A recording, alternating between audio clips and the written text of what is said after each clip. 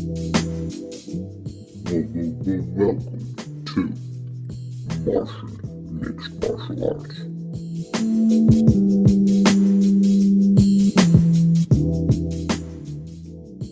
Wow.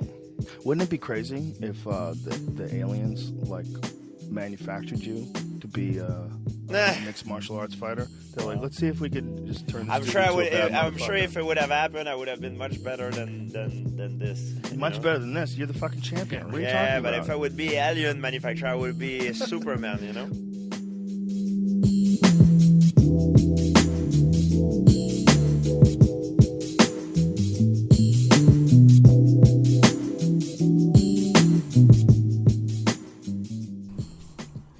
Hello, ladies, gentlemen, boys, girls, aliens, Martians, any conscious being tuning into the podcast. I welcome you to episode 44 of Martian Mixed Martial Arts. On this week's episode, we will be recapping the UFC 231 pay-per-view that took place in Toronto, Ontario, Canada this past Saturday night, and previewing the UFC on Fox 31 card going down this Saturday night in Milwaukee, Wisconsin. With that being said, we are going to start things off with the UFC 231 pay-per-view, and what a pay-per-view it was. What an incredible card from top to bottom. Just really delivered. And we'll start things off at the bottom of the card on the UFC Fight Pass prelims. Alexander Rakic making quick work of Devin Clark in that one. Devin Clark looked like he showed up in this one. He was a humongous underdog, but he really showed Rakic a little bit of adversity. He even hurt Rakic a little bit, maybe with some elbows to the back of the head. Questionable elbows, but regardless, Rakic absorbed those blows, didn't let it affect his confidence, and he ended up getting the finish in the same exact round. So great comeback from Rakic in that one, and Clark honestly didn't look too bad. Honestly, I think you can give Clark another shot in the UFC. He only is, I think he's a 3-2 or 3-3 in the UFC. So honestly, he's not terrible. So. Moving on, we had Carlos Diego Ferreira knock out Kyle Nelson in the second round of their fight. Again, Kyle Nelson looking pretty game in this one. He looked good, but Carlos Diego Ferreira ended up turning it up in the second round and getting the finish in that one. Nelson looks pretty UFC caliber, even though he was brought in on short notice. So congrats to him for getting his way into the UFC, but he's got to really make his next fight count or else he'll be cut. But great performance from Diego Ferreira, with his opponent changing, I think, 3 times throughout fight camp. So next fight, we had a humongous 3-1 underdog upset. Diego Lima knocking out Chad Laprise at 97 seconds into this fight. So very quick knockout in this one. He really sparked him. Diego Lima has a pretty bad chin, and Laprise is pretty much known for his boxing and his power, and everyone really thought that Laprise would be the one getting the finish in this one, but man, Diego Lima stepping up and getting the knockout in this one. So great performance from him. In the next fight, we had a decision. Brad Katona defeating Matthew Lopez, 30-27 on one card, 29-28 on the others. Great performance from Katona in here.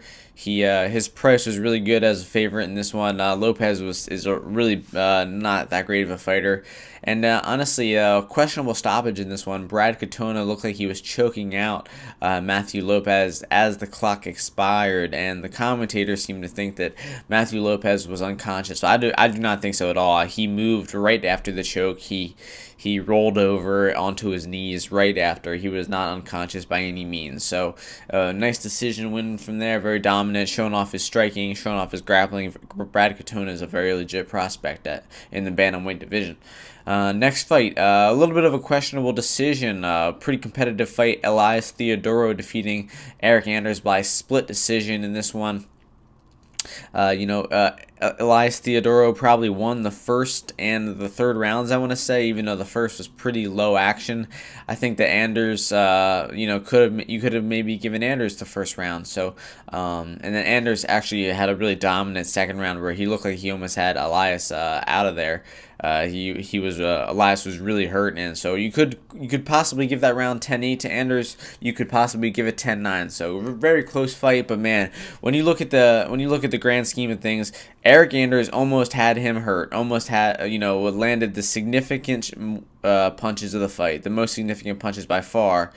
And he was the closest to finishing by a mile. Elias Theodorou outpointed him for a few more minutes, you could say, but man, if you want to look at like who did the most damage and who really won this fight, that it was Eric Anders. So unfortunate for him that he did not get the decision in this one, but regardless, moving on, Jessica Eye defeating Caitlin Chukagian via split decision.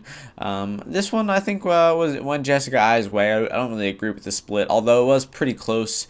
Jessica Eye was trying to close the distance and being pretty successful at that, getting some takedowns in this one, and Caitlin Chukagian was just trying to work her striking, but was not very successful in this one. So if you're looking at who was trying to implement their game plan, Jessica Eye was trying to close the distance, make this a grinding type of fight. Chukagian was trying to keep it at distance and keep it a striking battle. Well, Jessica Eye was way more successful, so I agree with the decision in this one. Next fight, we had Gilbert Burns defeating Olivier Aubin-Mercier in a decision, a pretty dominant one at that. Gilbert Burns looking good on the feet in this one, and the real win in this fight came with the grappling in this one. Gilbert Burns, world-class jiu-jitsu black belt, taking on a very great grappler of his own, OAM, but that Burns' grappling just really showcased in this one, and he won this fight pretty dominantly. So nice win for Burns in this one, and a couple straight losses for OAM, some tough losses. Alex Hernandez and Gilbert Burns just facing some crazy grapplers. So hopefully he can get an easier fight next. Moving on to the last fight on the prelims, we had Nina Ansaroff defeat Claudia Gadelha 29-28 on all three scorecards. This fight was so fucking predictable, man. Claudia Gadelha was going to win the first round. She's going to gas out and she's going to lose the second and third, and that's exactly what happened. Nina Ansaroff being a plus 250 underdog after round one was one of the best lines all year, I swear to you. And then she was a underdog after the second round too. Just incredible lines on Nina Ansaroff. Held off on betting her pre-fight, but man, betting that live betting just came in handy in this one. So great performance from Ansaroff, man. Her striking looked on point. Gadelha is just, man, she is a shot fighter at this point. She used to be one of the best fighters in the division, and now she might not even be in the top 10 or 15 fighters in the division. So she has really fallen from grace. Her cardio is just terrible. Her striking is no good anymore. She doesn't have the physicality. She's just not the same anymore. But Ansaroff, looking great. I think that's 4 wins in a row for her. Next fight on the pay-per-view card, we had one of my favorite fights ever, I want to say. Thiago Santos defeating Jimmy Manuwa by knockout in the second round. It's just 6 minutes of straight power bombs, trading back and forth, hurting each other. Just an incredible fight, man. This fight had so many moments where you were screaming at the TV and from power shots, and it also had some moments when you were laughing at the TV because of how crazy it was and how silly some of the strikes they were throwing were. Thiago Santos at one moment threw a 720 spinning kick or something like that. It was one of the funniest things I've ever seen. I burst in between all this screaming of when they're hurting each other. I burst out laughing in this one. So that was, and then of course the knockout was just a vicious knockout from Thiago Santos. So great fight in this one, just straight action, and what a way to kick off the pay-per-view. And then in the next fight, we had Hakeem Dawodu defeating Kyle Bochniak by a very questionable split decision. Hakeem Dawodu won this fight 3-0, so I don't know how one judge gave 2 rounds to Bochniak. Very confusing. Bochniak did not look very good in this one. He did not look very aggressive or wasn't as willing to trade as he was with the Zabit fight. But man, Dawodu is looking pretty calculated. His striking is very good in this one. So I would like to see Dawodu get a better opponent next. And as far as Bochniak, man, he needs to take some time off and make some improvements because he did not look very good in there. Next fight in the welterweight division, we had another incredible fight. Gunnar Nelson, defeating Alex Oliveira by a submission via rear naked choke in the second round. The fight started off with Gunnar Nelson taking Alex Oliveira's back. He's one of the best grapplers in the UFC, so this was an incredible moment in the fight. But Alex Oliveira had showed some really good defense and was able to get out of that body triangle that Gunnar Nelson had on him. So really impressive defense from Alex Oliveira there, and actually turned the position around and started to land some heavy shots on Gunnar Nelson on the ground. Heavy ground and pound. I think he even definitely won the round in this one. Alex Oliveira, came back from getting his back taken and somehow won the round. So great performance from him in the first round, but kind of tailed off in the second round. Gunnar Nelson was able to get mount again and be a lot more safe this time with his positioning. Was able to land a vicious elbow, a couple elbows, but one of them was one of the most vicious elbows in the history of the UFC. Just sliced a cut open on Alex Oliveira's head, the size of maybe 2-inch long cut. Man, it required 38 stitches. It had him bleeding like a stuck pig. He took the back and he squeezed the neck, and you see the blood like squirting out of his head like a fountain, just pouring out. Man, one of the most brutal scenes in the history of the UFC. Yeah, I mean, not to me, of course. I mean, fight fans, it was amazing. It was great. It's what you hope to see all the time.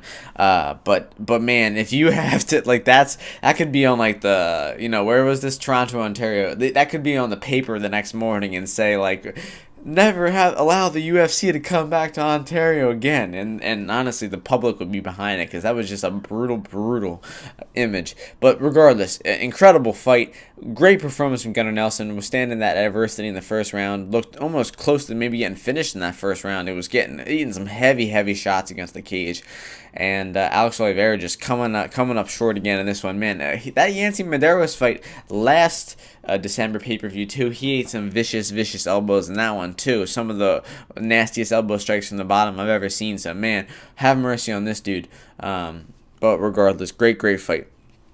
That's my 10th time saying regardless. So co-main event, Valentina Shevchenko defeated Joanna Jędrzejczyk via unanimous decision, 4-1 for Valentina. Great performance from Valentina. Her striking looked on point. Her grappling was on point. Her takedowns were on point. She really, showed her physicality, being the bigger woman in there. She showed that she is the deserving champion of the flyweight division. She showed that she's probably one of the most well-rounded UFC women of all time, possibly. Nunes, she doesn't really show as much grappling and as much takedowns as Valentina does. She doesn't show as much dexterity in her kicks, I would say. Valentina is much more diverse in her striking attack. The only I think Rose is probably up there. She's got great jiu-jitsu and great striking as well. But Valentina, man, I think she really puts it all together and is probably the best woman in the UFC right now, pound for pound. So congratulations from her for getting her title. And honestly, I would like to see Joanna drop back down to 115. I think that's her natural weight class and where she has the best chance at possibly, getting the belt back from Rose or whoever is the champion. She does have a win over Andrade. Andrade is probably up next to fight Namajunas, and that's a very favorable matchup for Andrade. So you never know. Joanna could still make her way back to the title at some point. And in the main event of the night, we had Max Holloway defeat Brian Ortega via doctor stoppage after the 4th round to retain his UFC featherweight championship. What an incredible main event, living up to all the hype that we intended. Max Holloway, Brian Ortega, both in their primes, both 27 years old. Both were on some of the best win streaks in the UFC. I think Ortega was 7 or 8-0. Holloway was on a 12-fight win streak. And just at the top of their careers, we got to see these two gentlemen go at it. It was a privilege of a matchup, and it really delivered. Max Holloway, I believe, won round 1 and 2, and it was competitive, though. These guys were throwing, it was high output, high volume, a lot of punching, not very much takedowns. Brian Ortega was not very successful in his attempts to close the distance, and that was kind of what led to his demise in this one. Although he did come back and steal round 3, landed some pretty heavy power shots in that one. I think he did land the more significant and more damaging shots in round 3, but unfortunately round 4 is where Max Holloway turned it up. He showed that championship cardio. Brian Ortega had never been to the championship rounds, and Max Holloway put an absolute whooping on him in the 4th round, landing almost, I think, 160 punches. Just an incredible amount, a UFC record. 406 combined significant strikes in this one. 290 for Max Holloway, 110 for Brian Ortega, 309 total strikes from Max Holloway, man. 309 total strikes. I really am, praying for Brian Ortega's brain this entire week, man. There's no fucking way you can't be feeling that damage for the days, weeks, months to come. And just eating possibly 290 punches. Significant punches is just, unimaginable. So, like I said, praying for Ortega to, hope he heals up, hope he comes back, takes a good amount of time off, maybe 6 months, and then comes back better than ever. But, man, Max Holloway, you just got to appreciate this motherfucker. One of the best fighters in the world right now, top 5 pound-for-pound fighters in the world right now. Possibly the best featherweight of all time. Honestly, there's a big debate going on whether who's the best featherweight of all time. Was it Conor McGregor, who has wins over Jose Aldo and over Max Holloway? Is it Jose Aldo, who has the longest featherweight reign in UFC history, the longest undefeated streak in featherweight UFC Zuffa history, the most WBC and UFC title defenses? Probably the best resume out of all of them. Or is it Max Holloway, who has beaten Jose Aldo twice? Who has, beaten Brian Ortega and Ricardo Lamas and, let's see, Jeremy Stevens and, just the who's who. I mean, the one thing, Jose Aldo does have wins over all these people. He has wins over Lamas, Stevens, Swanson. Those are some of Max Holloway's best wins. Pettis is another one of his big wins. But man, if you're comparing Jose Aldo or Max Holloway, I hate to break it to you, but there's a pretty good way to determine who's better than one another. It's a fight. It's not comparing the resume saying that so-and-so dominated for a more amount of time. It's not comparing their strength of schedule. There's a competition that they can have against one another to determine who's better. And that competition has already occurred twice, and Max Holloway pummeled Jose Aldo's head into the canvas for 90 seconds each time. He dropped him in each fight. And then while Aldo was on the ground, he smashed his face into the canvas for 90 seconds straight before the ref mercifully stopped it. So I don't understand how anybody in their right mind can argue that Aldo is the best featherweight of all time when there's a guy knocking on the door who's whooped his fucking ass twice. And this is coming from a guy who loves Jose Aldo. He's, probably my favorite fighter of all time. He's one of the guys who inspired me to start Muay Thai. I've got posters of him in my room and everything. But Max Holloway is a bad motherfucker. And you can't argue that this guy is not probably the best featherweight of all time. I honestly think you can make a better argument for McGregor being number 2 than Aldo at this point. You can't. Listen, man. Aldo is like I said, my favorite. But you can't be the best featherweight of all time when in the biggest featherweight fight of all time, the biggest fight of your career, you shit the bed and get knocked out in 13 seconds. All because some guy talked some shit about you before the fight and he got in your head and rattled you up. You just can't be the best when that happens. And it's, I would say McGregor is clearly number 2 and Holloway is number 1 because McGregor beat Holloway 5 years ago, and when Holloway was like 22 years old. You know, at 22 years old, he had, you know, a couple fights in the UFC. He probably had less experience than McGregor at the time. So that win doesn't really mean much. We need to see a rematch between those two at some point in the future to determine who's really better at this point. But man, like I said, Max Holloway is just a national treasure. He suffered those health issues. He came back strong. He proved all the doubters wrong. He was the underdog in this fight. Made everybody some nice coin. Plus 1,400 odds in round 4. Made me some nice coins. Saved the night. After, you know, I was a little bit in the red, I would say, for the night, and I said I needed Holloway to come through big in 3, 4, or 5, and what does he do? Is he comes 4 and 4, just like we needed him to. So Max Holloway, man, one of the greats, and definitely one of the best pound for pound fighters in the world right now. So that'll be all for this UFC 231 card. It was a tremendous card. Like I said, it delivered big time. But with that being said, we are going to move into the UFC on Fox 31 card going down this Saturday night, starting at 3:30 p.m. on the UFC Fight Pass prelims. I believe 5 p.m. for the Fox Sports 1 prelims, and then 8 p.m. for the Fox main card, the last show on Big Fox, second to last on Fox Sports 1.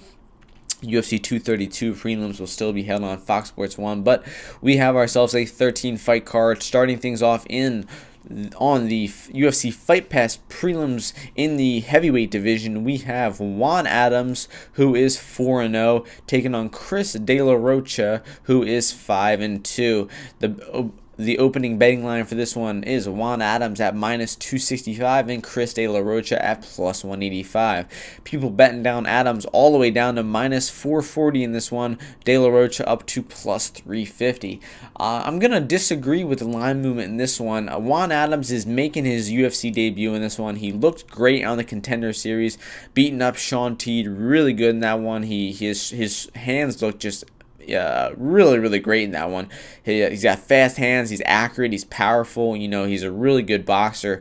But he is making his UFC debut against a guy in Chris De La Rocha who has, you know, fought in the UFC before. He's got a good amount of experience under his belt. You know, obviously not the best competition. You know, he lost to Daniel Omielanchuk. He's got a win over Rashad Coulter and has lost to Adam Milstead as well. All 3 fights ending inside the distance. That Rashad Coulter fight, man, he showed a little bit of chin in him, showed some heart. He was losing that one, and he ended up coming back and winning that one. Adam Milstead boxed him up pretty good, and you know, he looked pretty bad in that one. But you know, I would say that, you know, Juan Adams should be the favorite, but definitely not as steep as he is now at 4-1. Definitely wouldn't be trusting him there. And honestly, I wouldn't really knock a play on the De La Rocha at +350 for the, you know, the UFC tested guy at this point. So the pick is going to be Adams, but definitely not going to pay the juice on this one. In the next fight, in the middleweight division, we have Zach Cummings, who is 21-6, taking on Trevor Smith, who is 15-8. The betting line for this one opened up Zach Cummings as the -185 favorite, Trevor Smith as the +145 underdog. People are betting Zach Cummings all the way down to -320. Trevor Smith is up to +360. Again, I'm going to disagree with the line movement on this one. I would not be trusting Zach Cummings as that much of a favorite in this one. Zach Cummings is, you know, he's coming off a loss against Michel Pereira when he looked pretty underwhelming in that one. Honestly, he does have you know, a very good ground game. He's got submissions and all different types of submissions. You know, arm locks, guillotines, darce chokes, triangles, all types of stuff. He's really got a lot of different submissions on his record, but his striking is not very good. He's not very physical in there. He's getting up there in age. He's 34 years old, and he looked pretty bad in that fight against Michel Pereira, honestly. And Trevor Smith is, you know, he's no young gun himself. He's 37. He is, you know, struggled as well in the UFC lately. Has coming off a loss as well to Elias Theodorou, but he looked pretty decent in that fight. he was able to implement his game plan, which he pushes you against the the fence, go for takedowns and grind you out. He was able to do that against a couple decent fighters, Dan Miller and Chris Camozzi coming to mind, but he also has lost to Andrew Sanchez and Elias Theodoro in the UFC, along with Cal Magalhaes. He's been in the UFC for a long time, and has never really got a win streak going. But hopefully he can try to get back in the win column this Saturday night.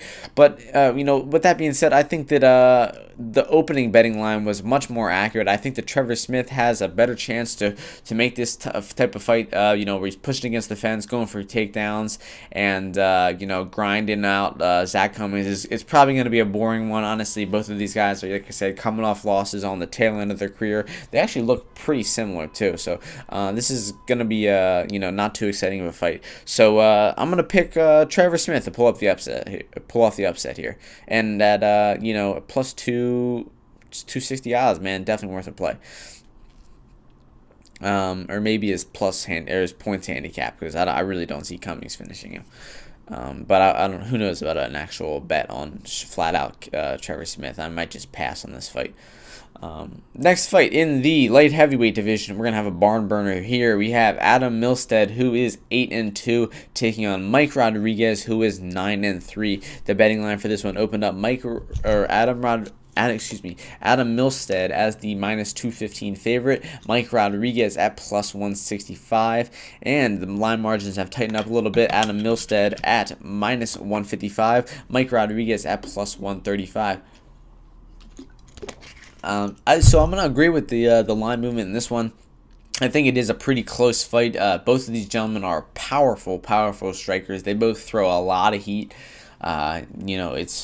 I think Rodriguez has only been to the decision to the cards once in his career, and let me see. Let's see. No, he has. Both of the times he's been to the decision, he has lost.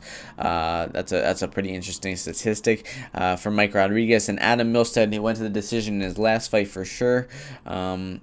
And that was the only decision of his career too. So yeah, both of these guys are very likely to have the fight end inside the distance. Like I said, they are powerful punchers.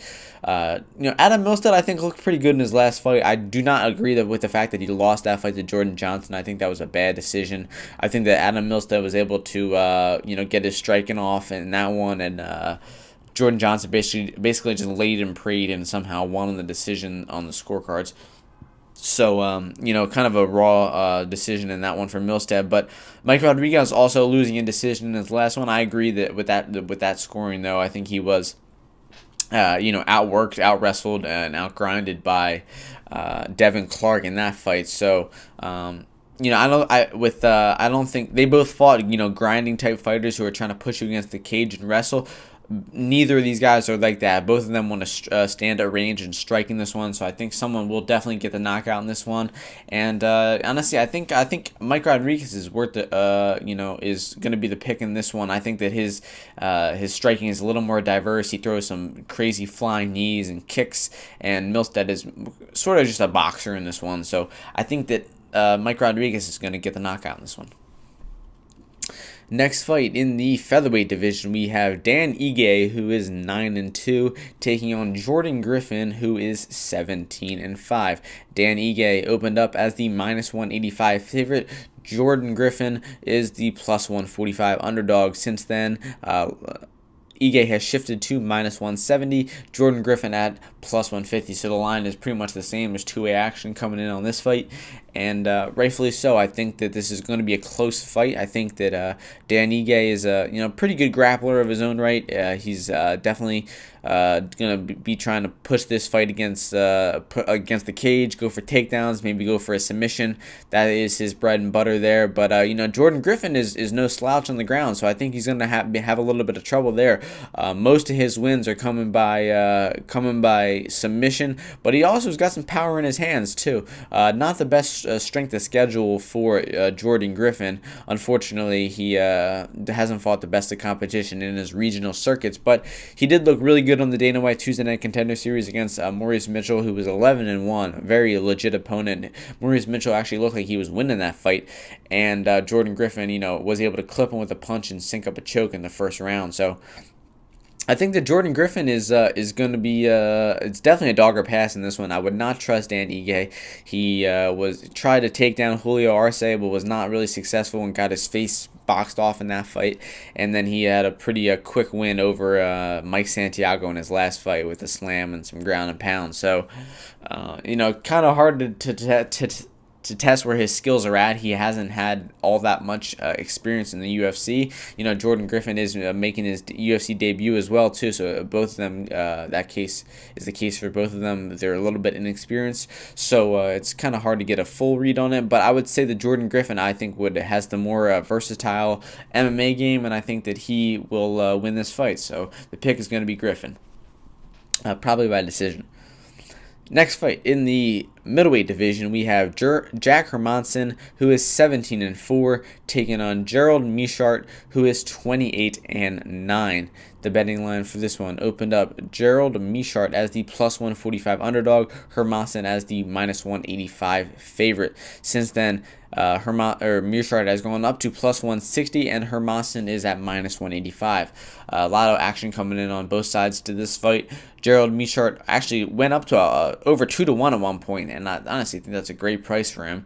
Hermansson, actually went down to, again, -200 or more. Surprisingly, in this one, I think this is going to be a really close fight, man. Jack Hermansson, in his last fight, he did suffer an injury and really was losing that fight the first couple rounds of that fight, but then gutted it out in the third and was able to finish his opponent in an incredible comeback, one of the best comebacks of the year in that one.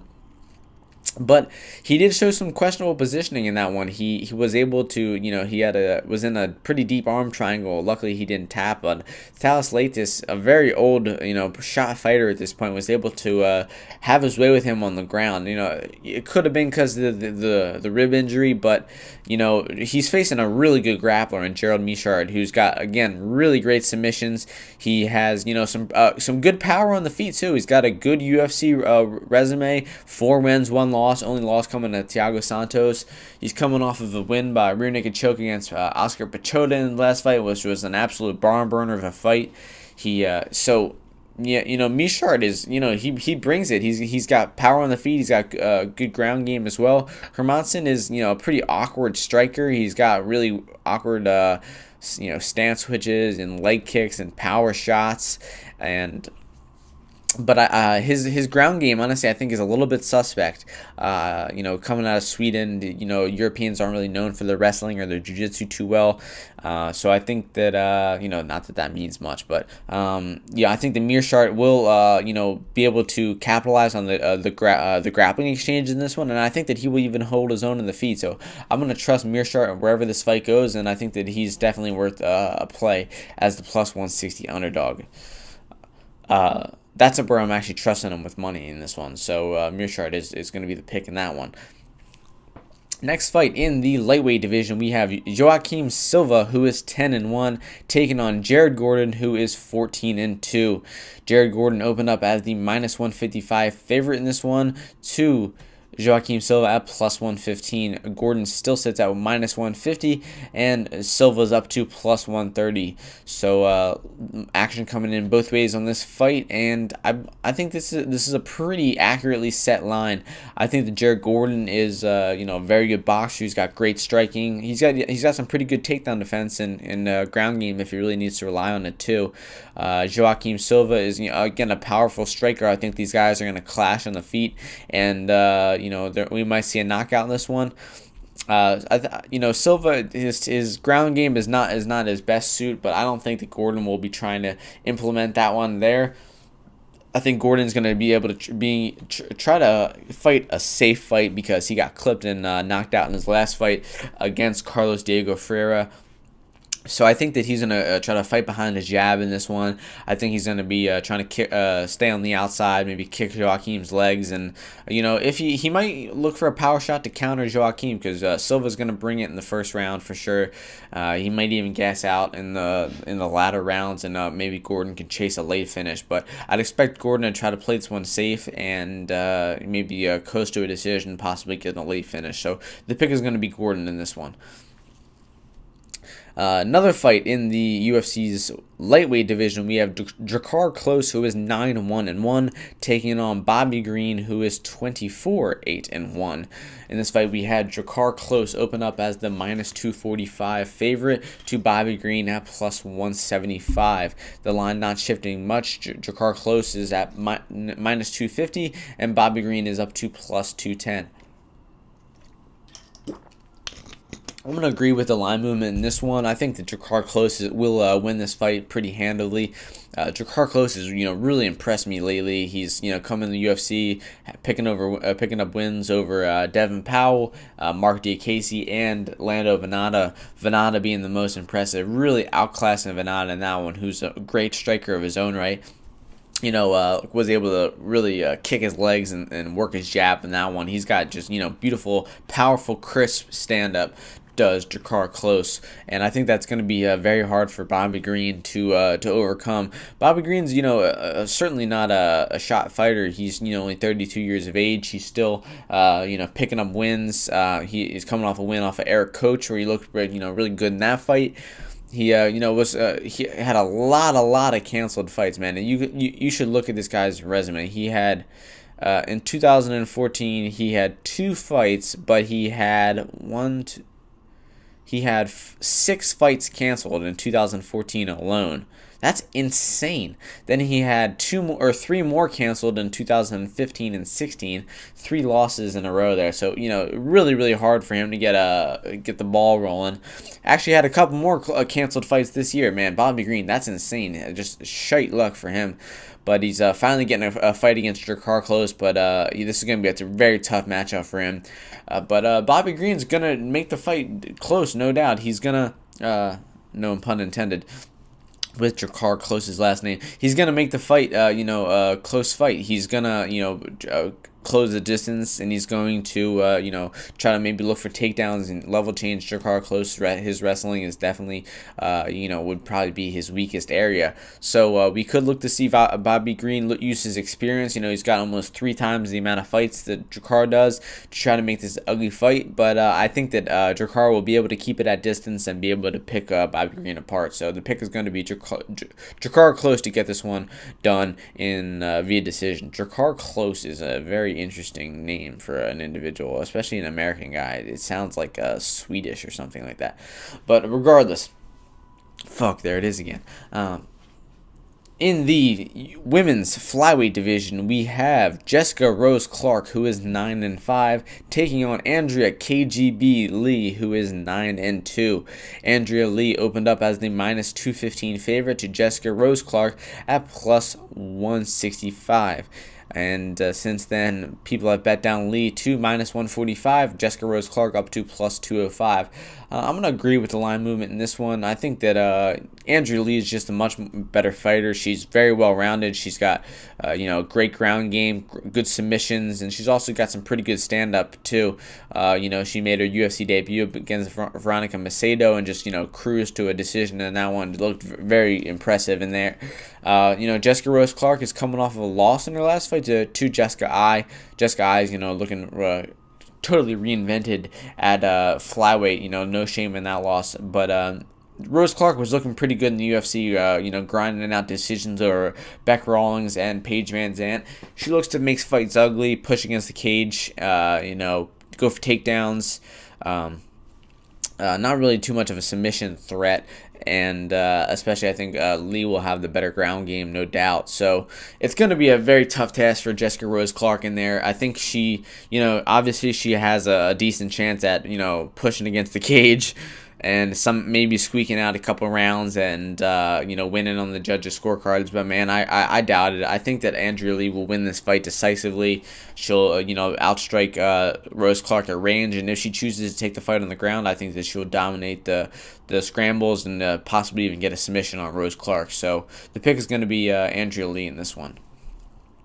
And moving on to the main event of the prelims, we have Dwight Grant, who is taking on Dwight Grant, who is 8-1, taking on Zach Otto, who is 16-6. This fight is taking place in the welterweight division, and the betting line opened up Dwight Grant as the favorite at -305. Zach Otto at +225. Not much movement coming on this way. Dwight Grant currently sits at -300, and Zach Otto is up to +250. I agree with this line pretty much. I think that Dwight Grant looks really good on the Dana White's Tuesday Night Contender Series. He was able to knock out his opponent Tyler Hare with a vicious combination. Showed really crisp hands and a lot of power in that fight too. Decent, good composure, good, just IQ in there. He was able to see that he was hurting his opponent with the right hand, and then on the commentary he said, yeah, he's hurting him with the right hand, but he needs to follow it up with a strike. And right as the commentator said that, he hit a right hand and followed it up with the left hook and knocked his opponent out flush. So, great read from him in the cage there. And he was supposed to fight against Eric Koch in his debut, but good thing he didn't fight that fight. Eric Koch is a much better fighter than Zach Otto. Zach Otto he's bad, man. He's a shot fighter pretty much at this point. Even at 31 years of age, he's been knocked out just multiple times. Got knocked out by Sage fucking Northcutt, man.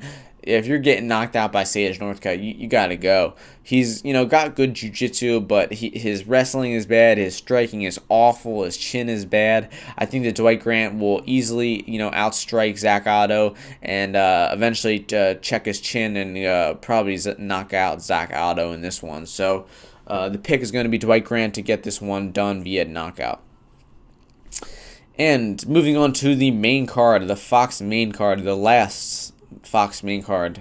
There were only 31 of them, but man, the ratings for these cards have gone so far downhill from the first one debuting at 8.88 million viewers, and now we get maybe 1.3, 1.2 million viewers. So it's absolutely decimated as a program, basically. So pretty good that the UFC is moving away from the Fox platform. But regardless, there it is. Charles Oliveira, who is 24-8, taking on Jim Miller, who is 29-12 in the lightweight division.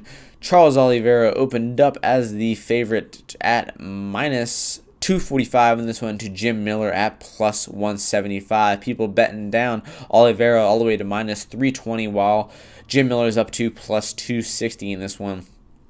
These gentlemen have fought before a long while ago. Let me pull up the date on this one. When Jim Miller won via knee bar, and this fight, let's see where it is. UFC 124 back in 2010. Holy shit. Charles Oliveira was actually undefeated coming into this fight, and Jim Miller ends up taking away that undefeated record. This fight almost happened 8 years, almost to the day. 8 years, 2 days from now. 8 years, 4 days from when the fight is going to happen again. So incredible that this fight is being made. But Jim Miller was, once one of the best lightweights on the roster, possibly, and has, have a little bit of a fall from grace. He's much older. He's fighting a little bit of a medical condition in Lyme's disease. But in his last fight, man, that didn't stop him one bit. He rocked his younger opponent, Alex White, on the feet, and then was able to sync up a choke and get the tap 90 seconds into that fight. So just an incredible performance coming off of 4 losses in that one for Jim Miller. I think this is actually a pretty winnable fight for Jim Miller. I would definitely not agree with where the line is set right now. Miller at +260. I think he's probably worth the stab at those odds. Miller's got great jiu-jitsu, great submissions. He's got a good guillotine. Oliveira is, a great submission artist of his own. He's got, I think, the most submissions out of anybody in UFC history. But he's also very reckless. He also does a lot of crazy shit in there. He leaves his head out for takedowns. His striking is very, wild. So Jim Miller could possibly still land a power shot on the feet, maybe rock Oliveira and get a choke, or he could snatch Oliveira's neck while Oliveira's getting a takedown. I would favor Charles Oliveira a little bit, maybe minus 150 in this fight to Miller at plus 130. But man, where the line is set right now, I think is crazy. I think Jim Miller at plus 260 is definitely worth a play. And I think that I might even pick him straight up to win this fight. I mean, I could be letting that price tag affect my mind a little bit, but I think that this is a very winnable fight for Miller. The fact that he's got to win over him before, he's Oliveira's strong suit, which is submissions, is Miller's strong suit as well. And, I think neither of their striking is too elite, so I think this is a very winnable fight for Jim Miller. And in the next fight, in the bantamweight division, we have Sergio Pettis, who is 17-4, taking on Rob Font, who is 15-4. Rob Font actually opened as the underdog, plus 135 to Sergio Pettis at minus 175. The line has since completely flipped, and Pettis is at plus 150, Rob Font at minus 170. Crazy opening line, honestly. I think that I don't really know what the odds maker was thinking when he made that. I guess he was thinking that Sergio Pettis from flyweight is going to transfer up from Sergio Pettis at bantamweight, but man, I don't know if that's going to be the case. He's going to be smaller in there. He's fighting a really physical, powerful, aggressive guy in Rob Font. Rob Font throws, haymakers, power punches, man. He tries to get his opponents out of there quick. He, when he's very successful in doing that. He's knocked out a lot of good fighters doing so. But, his cardio is a little bit suspect. His, he definitely probably starts to decline later in fights because of how much power he throws in the beginning. And his ground game is not too great either. Sergio Pettis isn't really known for his ground game either, so I don't think he has to be too worried about that. I think this fight's going to be mostly a striking battle, and I think that Rob Font is going to win those exchanges, man. I think that he has a good chance at testing the chin of Pettis.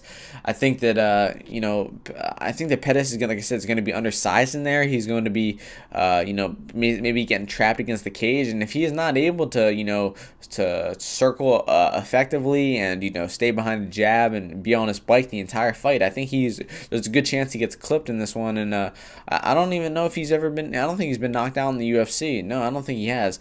Maybe not even. Yeah, I don't think he hasn't been knocked out in his career. Oh no, he has once.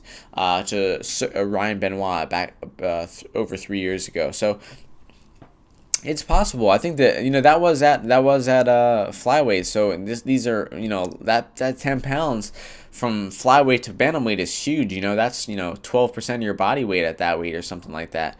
Maybe a little less. Maybe like 8% of your body weight. Who the hell knows? But that could make a huge difference. So I think that Rob Font is going to win this fight, and I think there's even a chance he tests that chin of Pettis and maybe finishes him in the second round. So the pick is going to be Font in this one. In the co-main event of the night, in the lightweight division, we have Edson Barbosa, who is 19-6, taking on Dan Hooker, who is 17-7. The betting line for this one opened up Dan Hooker as the favorite at minus 135, Edson Barbosa at minus 105. Hooker went all the way down to minus 175, I want to say. And right now, we're actually looking at Barbosa as the favorite at minus 115 and Hooker at minus 105. So this fight's been going all over the place. We're actually seeing a lot of props for these fights drop right now as I'm seeing them on Best Fight Odds. So, this is a very, very interesting matchup. We have two elite strikers in this one. We have Barbosa, who has, been around the UFC forever. He's got some of the best leg kicks and knees, and his hands have never been his strong suit, I would say. But I think that he is, still a great boxer of his own right. But he's fighting. I think the better boxer in this fight is going to be Daniel Hooker. Daniel Hooker throws with some mean intention, man. He throws hard. So he's also got a great training partners with Israel Adesanya down at Tiger Muay Thai in Australia and Thailand. He alternates between both places, and I think this is a very, very close matchup, man. This is a new breed striker versus old breed striker, and with the damage that Edson Barbosa has taken over the past two of his fights, He's fought twice in the past year, and he's absorbed, something like 700, 800 strikes in those two fights combined. Man, that plays into my mind a lot in this one. I honestly think that's a huge factor. Even though he took 8 months off from his last fight with Kevin Lee, I think that damage that he sustained in those two fights is absolutely life altering. So, who the hell knows how well he will bounce back from that. I think this is going to be a close fight. It's going to be a close striking exchange, or a close striking battle the entire time. And I think that I'm going to favor Dan Hooker in this one to get the win. Probably winning by a decision, maybe even testing that chin of Barboza and getting a knockout. So the pick is going to be Hooker. And in the main event of the evening, in the lightweight division, we have Kevin Lee, who is 17-3, taking on Al Iaquinta, who is 13-4-1. The betting line for this one opened up Kevin Lee as the favorite at -275 to Al Iaquinta at +195, and people are betting down Kevin Lee all the way down to -360. Iaquinta is up to +300 in this one. So these two gentlemen have fought before. This is a rematch. They fought back at UFC 169 in February of 2014. So almost 4 years ago that their fight was. That was Kevin Lee's UFC debut. He lost a close decision in that one. He had his moments of success in that one as well. He was able to take Iaquinta's back. He wasn't able to finish it in that one. But Lee has had double the amount of fights Iaquinta has. Since then, Iaquinta has been pretty inactive. He hasn't fought to the best of competition. He obviously came in short notice against Khabib and looked pretty decent against him. He looked a lot better than a lot of Khabib's opponents were. But he was really outstruck by Khabib on the feet in that one, and obviously outgrappled pretty decisively too. So I think that's exactly how this fight's going to go. I think Kevin Lee is you can even trust him at this price at -360, man. I think Kevin Lee is going to win this fight pretty easily. He's going to, wrestle Iaquinta to the ground. He's going to make him pay on the ground. He's going to damage him with ground and pound. Might even go for a submission. I think if it goes on the feet, Kevin Lee his striking has looked even better as well. I think it'll definitely be closer on the feet, but I don't think Kevin Lee is going to want to keep it on the feet for too long. I think he's going to, take Al down in the early rounds, really land some devastating ground and pound, tire Al out, and possibly get that finish in rounds 3, 4, or 5 for Kevin Lee. So the pick is going to be Kevin Lee in this one, and I think he'll get it done pretty easily. So that will conclude the UFC on Fox 31 analysis and prediction portion of the card. Really looking forward to this card going down this Saturday night. It's a nice and early card starting at 3:30. Should be wrapping up around 10:30 p.m. So not having to wait up till 1 a.m. to see the main event is always a pleasure. So with that being said, we're going to transition into the last segment of the podcast, just a few general stories from the world of MMA this week, starting things off with UFC 233 being canceled. They're unable to find a main event for it. They had a couple fights lined up, but they just couldn't find a title fight of any sort, so they decided they said they postponed it, but it basically seems like they're canceling it. They're basically shifting all the other fights around to different cards or whatnot. Nothing really wrong with that. I mean, it's pretty. I mean, it's six or 7 weeks out, and I mean they made UFC 230. They made Lewis versus DC in like 5 or 6 weeks, maybe even less than that. So there's no real issue. I don't really think with. No, they made it way less than that. It was like 4 or 5 weeks they made the main event for that. So I'm surprised they're honestly canceling it this far ahead of time. But regardless, it's not the worst decision to be made, because they just have too many cards. They have too many freaking cards. 40 cards, 40 main events. 12 pay-per-views, 12 title fights. It's too much. Just shrink down the amount of pay-per-views. Just use 6 to 8 pay-per-views a year, or 10 pay-per-views a year, man. That'll even be better. Just anything less than 12, so you don't have to do one every month. A lot of great fights announced in the next, Jose Aldo versus Renato Moicano, Donald Cerrone versus Alex Hernandez. There are, a lot of good stuff to look forward to. And another big piece of news was the ONE FC, the Singaporean mixed martial arts promotion, has signed a deal with TNT, the American network. They're going to start digitally, or they're going to start broadcasting 24 events on TNT in the next year. The 24 events total. It doesn't say how long they'll be over. It's probably not every single year, but that's incredible. You know, the ONE FC moving into the North American market. You know, we'll see how much success they have. They just picked up a lot of UFC talent: Eddie Alvarez, Sage Northcutt, Demetrius Johnson. That'll be a big score for them. We also have a lot of Bellator fights going down this weekend. We have the rematch of Bren Primus taking on Michael Chandler. Michael Chandler will probably get his belt back pretty easily from Bren Primus in that one. He was injured in the first fight of their fight, but he was still almost able to win the fight even with an injury. So I imagine Chandler will get his belt back pretty decisively in that one. And the Bellator is making their Hawaii debut, beating the UFC to make the first MMA card in Hawaii, I believe, or at least the first mainstream one. That is headlined by a women's flyweight title fight between Ilima Leigh McFarland between Valerie Letourneau.